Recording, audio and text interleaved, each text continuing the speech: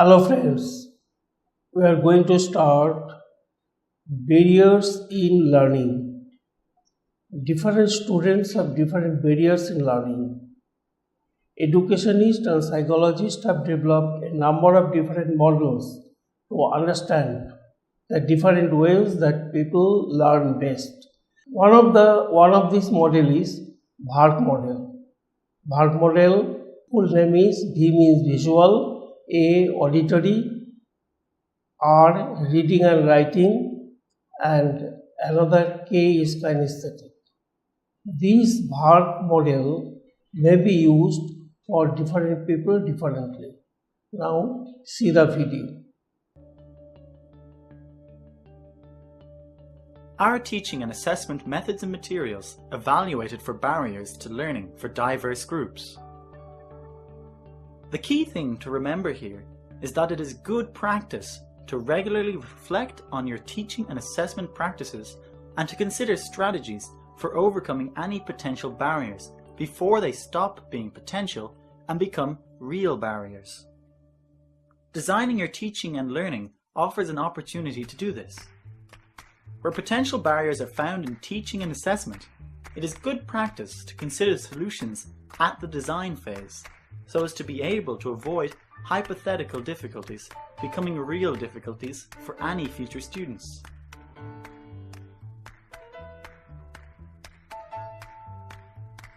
If found, are strategies considered to overcome these barriers? Using the information at the URL shown on screen for inclusive practice guidelines, you should consider if ways around barriers are actively sought in your program. All youngsters are to have an equal opportunity to succeed at school, to access at school. So, teacher tries her best to do that. But so we give them clear instructions, they know exactly what to do, we set them up. But sometimes, still, some cannot understand the instruction for many reasons. There are many reasons of environmental condition, their own perceptual sensible condition, and other conditions too. There are almost three ranges of learners. One is motivationally ready and able. Second group is not very motivated and lacking prerequisite skill, different rates and styles, minor vulnerabilities, and third is avoidant, very deficient in capability.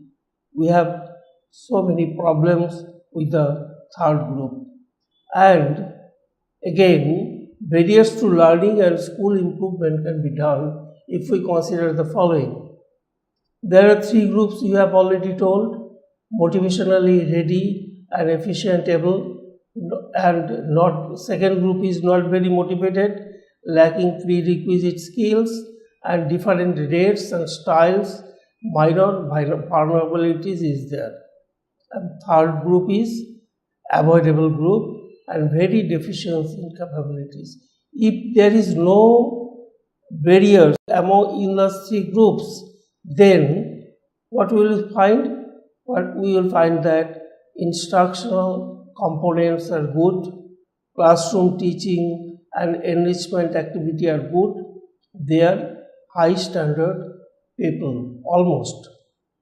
Because avoidant or very deficient groups may not be sometimes high standard students, and what will be happened at the end? Desired result will be obtained, high expectation and accountability will be obtained. And if otherwise, if there is barrier, then what will happen? Barriers to learning, development and teaching will be there, our problem is here. We have to find out what are the barriers, how can they be solved, and what are the methods and methodologies. And non-motivational learners develop barriers to learning. I've already told it. Then what will have to be done? But before going to that, we want to know whose definition regarding barriers. And physical barrier is an obstacle, according to Huo, factors in a person environment that through their absence or presence limit functioning and create disability. So there are many barriers to educational problems and many varieties of children there, individual differences are there, the children face at school and within home. Some difficulties are health related while other problems can arise in the student's environment. And many of these problems can be solved or ameliorated with teacher awareness and action, focused curriculum, parental involvement, or community support. But some of the barriers may not be removed instantly. Why some learners have difficulty in learning? There are several causes. What are the causes? Some of these are like this: social and cultural barriers, practical and personal barriers, emotional barriers, socio-economic barriers, lack of access to basic amenities, poverty and underdevelopment, factors which place learners at risk, attitudes, inflexible curriculum, language and curriculum, inaccessible and unsafe built environment, inappropriate and inadequate provision of support services, lack of enabling and protective legislation and policy, lack of parental recognition and involvement, lack of human resource development and strategies, dyslexia, etc. For school learners, these may be categorized or summed up in the following way. What are the ways? Whether physical barriers, psychological barriers, socio-cultural barriers, instructional barriers, and institutional barriers. Now, we will discuss some of them. It is not possible to discuss all the barriers. Now, physical barriers. What is physical barriers? Physical barriers are structural obstacles in natural or man-made environments that prevent or block mobility. Physical barriers may be due to infrastructural facilities of the building, or it may be physical deformity or etc.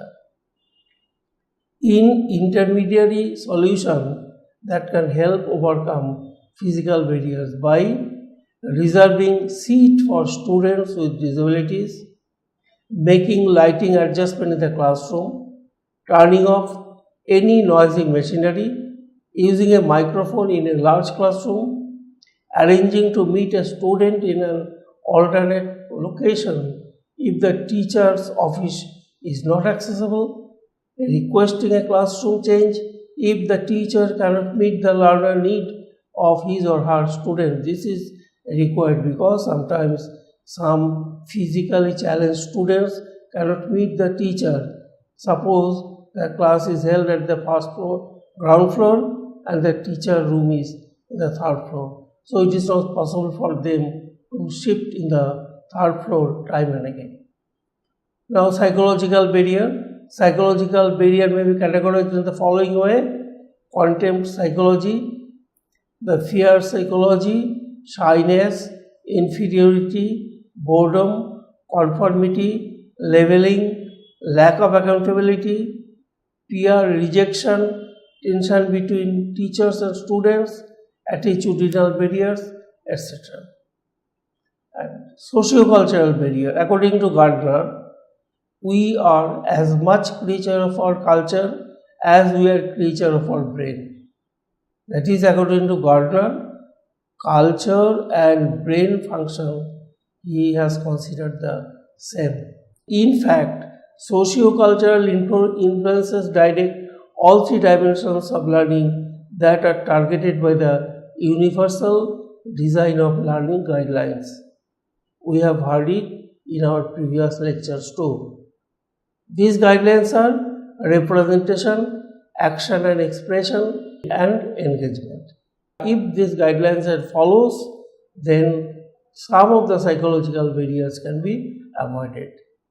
Cultural barriers to learning signifies difficulty in perceiving unfamiliar, culturally dissimilar information, difficulty in understanding unfamiliar, culturally dissimilar information, difficulty in expressing unfamiliar, culturally dissimilar information, difficulty in engaging with socio-culturally mirrored information successfully. How to overcome cultural barriers? Cultural barriers can be overcome by providing translation in a learner's and reasoning style first language. This is actually applied for students whose second language is not his or her mother tongue. Providing multiple means for learning to demonstrate their knowledge, offering multiple means of creating personal positive rapport, obtaining challenges within the learner's zone of proximal development, providing means of developing resourceful, knowledgeable, strategic goal-directed, purposeful and motivated learners, developing culturally informed educators who are aware of the ability in type of knowledge, behavior and beliefs. Instructional barriers. Barriers are very important in the classroom. Communication barrier is there. Communication barrier develops due to several reasons. Inflexible curriculum, delivery of teaching and learning, insufficient trained aids, ancillary and support staff, insufficient equipment, technological aids and other devices, limited curriculum, inaccessible components of courses or post-qualification employment, parent-teacher interaction barriers, challenging conditions and disabilities, lack of differentiated instruction, class management barriers, instructional technology barriers, etc. And institutional systematic barriers are also there. These are developed by the institution itself.